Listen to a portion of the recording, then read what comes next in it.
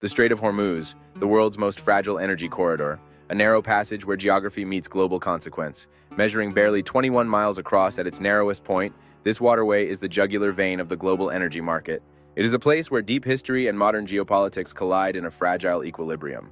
Through its 2-mile-wide shipping lanes moves approximately 21 million barrels of crude oil every single day, representing 20% of the entire world's energy supply. This is a concentration of resource flow unmatched anywhere else on the planet, a vital artery for the global economy. In addition to oil, 20% of the world's liquefied natural gas also passes through this tiny gap.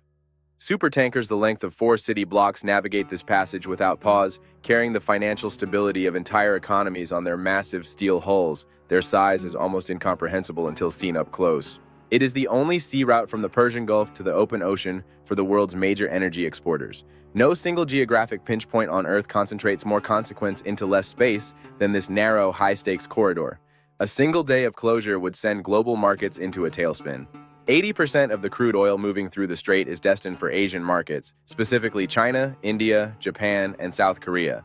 These nations' industrial heartbeats depend entirely on the safe passage of these vessels through these few miles of water. Disruption here doesn't just impact the region, it triggers immediate global oil price spikes of up to 20%. For nations thousands of miles away, the stability of the Strait of Hormuz is the difference between economic growth and deep recession. It is a fragility the world cannot afford. But beyond the politics of energy lies a landscape forged by deep time. Hormuz Island, an 18-square-mile terrain, is a geologist's wonderland. It is a salt diapir, a massive dome of ancient sea salt pushed to the surface by unrelenting tectonic pressure over 500 million years. Its terrain is layered in iron oxide red, sulfuric yellow, salt white, and deep violet. These are stacked mineral bands produced by 570 million years of compression, uplift, and geological transformation. Over 70 different minerals create this otherworldly palette. These are not colors borrowed from a painter's imagination. They are the exposed autobiography of the Earth itself, written in rock and read under a sun that permits no softening shadow. Salt dome tectonics pushed these formations upward while the desert stripped everything unnecessary away. The local red soil, known as gelak, is even used as a spice. It is spread on traditional tamshi bread, a culinary tradition that links the island's unique geology directly to its culture. This ochre is also mined for use in cosmetics, ceramics, and paints worldwide.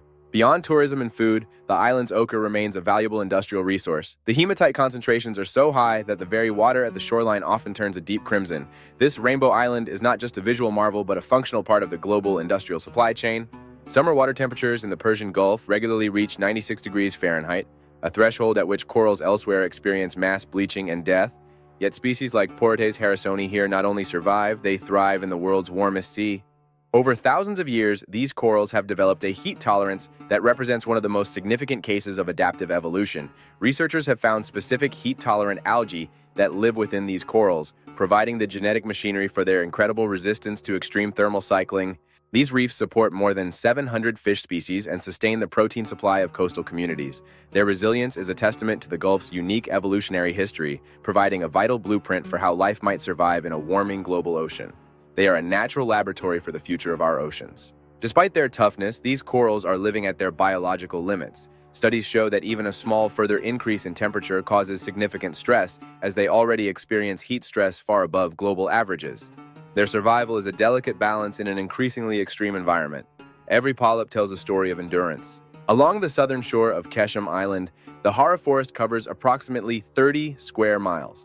This is a dense growth of Avicennia marina mangroves, a species named after the legendary Persian physician Avicenna. It is the largest mangrove ecosystem in the Persian Gulf, a green oasis in a desert sea. These trees function as living desalination plants. Their specialized root systems filter out salt from the seawater, expelling it visibly through their leaves. It is a biological feat of engineering that allows life to flourish in high-salinity mudflats and tidal channels where few other plants could survive. The forest is a tidal phenomenon, a disappearing act of nature. At high tide, the trees are almost entirely submerged, appearing only as floating foliage. At low tide, their complex, pencil-like aerial roots are revealed, supporting a vast nursery for 80% of the Gulf's aquatic species. It is a world that breathes with the tide. A UNESCO Biosphere Reserve, the forests are a winter home for migratory birds like the great stone curlew and Saunders's tern. They generate the nutrient conditions that support the shrimp and fish populations of the surrounding Gulf. Generations of fishermen calibrated their harvesting to these seasonal and tidal rhythms. Today, Oil contamination from heavy tanker traffic and rising water temperatures threaten this delicate system. The Hara forest functions as a marine nursery, but it is under pressure.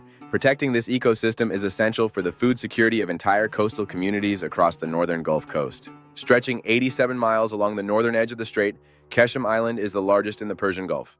Temperatures regularly exceed 115 degrees in summer, with Gulf humidity that makes the air feel less like something breathed than something worn. It is a landscape defined by its scale and its intensity. Life here does not follow the clock, it follows the heat. Communities compress all activity into the brief margins before sunrise and after dusk, having learned across generations that certain hours belong entirely to the sun. It is a civilization designed for endurance, where the rhythm of life is dictated by the thermal cycle. The island's architecture, thick-walled and carefully oriented, reflects a civilization designed around a single, unrelenting constraint. Every stone, every orientation, and every shadow is a tactical response to the sun, a perfected art of surviving in one of the hottest places on Earth.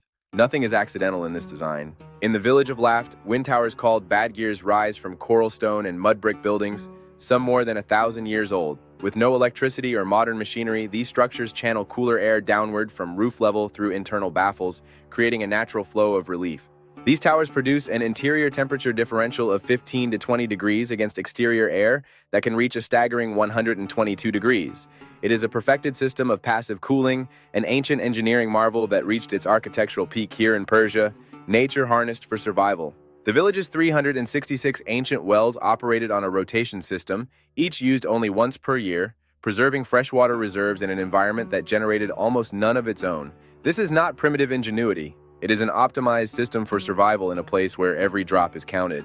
Along the boatyards of Keshem and the Hormuz coast, craftsmen build the lenj, a traditional wooden vessel recognized by UNESCO as intangible cultural heritage. This is a mastery stored in hands using a method that has never been written down. It is a living tradition, built from memory and seasoned wood. The curves of the hull, the angle of the keel, and the placement of every structural member exist nowhere except in the bodies of a diminishing number of craftsmen. They learned through demonstration and repetition, not diagrams. A single boat can take up to 2 years to build, a testament to patient craftsmanship.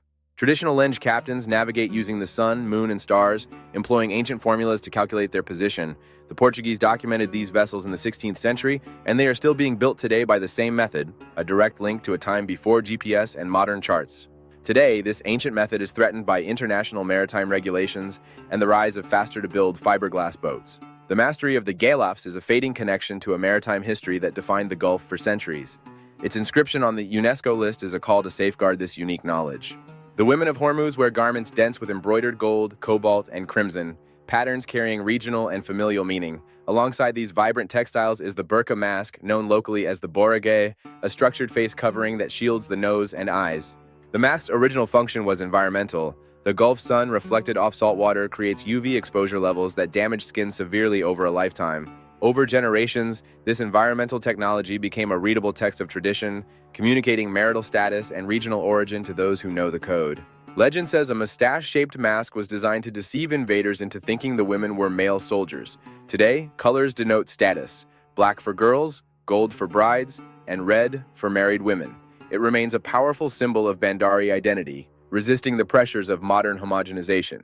Accessible only by sea, the village of Kumzar developed something almost no other place on Earth possesses, a language that belongs nowhere else. Kumzari is a linguistic anomaly, the only Iranian language spoken natively on the Arabian Peninsula, isolated by the rugged Musandam Mountains. Kumzari is built from fragments of Persian, Arabic, Portuguese, Hindi, and English accumulated across centuries of contact with traders and sailors. It is a fossil record of the Gulf's entire commercial history compressed into daily speech, a living history of every empire that passed through the strait. Spoken by just a few thousand people, Kumzari is severely endangered. Every summer, as temperatures render the village temporarily uninhabitable, the entire community relocates together, a collective migration pattern practiced for centuries in this isolated, rugged enclave of the Strait of Hormuz. A few miles from the energy lanes lie the red stone ruins of the Portuguese castle, a stark reminder of the empires that have fought for control of this passage for over 5 centuries.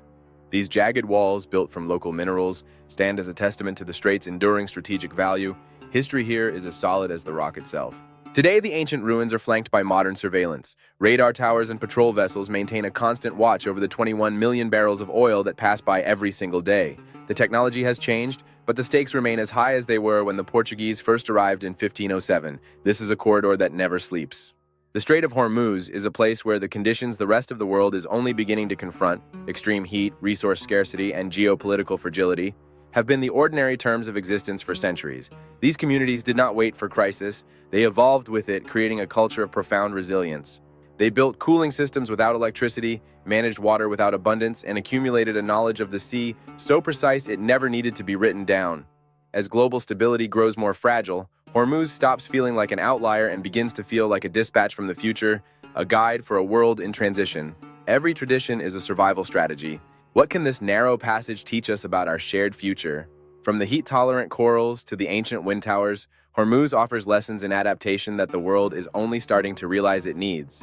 It is a microcosm of global challenges and human ingenuity, a place where resilience is the only currency that truly matters. Innovation here is ancient. This is the resilience of Hormuz, a landscape of mineral rainbows and heat-tolerant coral, of master boat builders and ancient wind towers, a place where survival is not just a strategy, but a perfected art form evolved over 500 million years, a legacy written in rock, salt, and human spirit. The strait is more than a corridor, it is a heart. As we look toward an uncertain future, the Strait of Hormuz stands as a testament to the power of adaptation. It reminds us that even in the most extreme conditions, life finds a way to flourish and culture finds a way to endure. The lessons of this fragile corridor are lessons for us all as we navigate the challenges of the 21st century, pushing the limits of what is possible. Preserving the cultural and ecological heritage of this region is not just a local duty, but a global one. The Kumzari language, the Lenge boat building, and the heat-tolerant reefs are precious assets for all humanity. In their survival, we find hope for our own. Let us learn from the resilience of the strait and carry its wisdom forward into a new era, a story that never ends. The Strait of Hormuz will remain the world's most critical passage for years to come. It is a bridge between the ancient and the modern, the fragile and the resilient. As the sun rises over these crimson mountains, we are reminded that the Earth's autobiography continues to be written, one day at a time, in the currents of this extraordinary energy corridor, a dispatch from the heart of the world. Thank you for exploring the world's most fragile energy corridor with us. If you enjoyed this journey into the secrets of Hormuz, please subscribe and hit the bell icon to join our community as we explore more stories from the future of our planet. Your support helps us tell the stories that matter most. Until next time.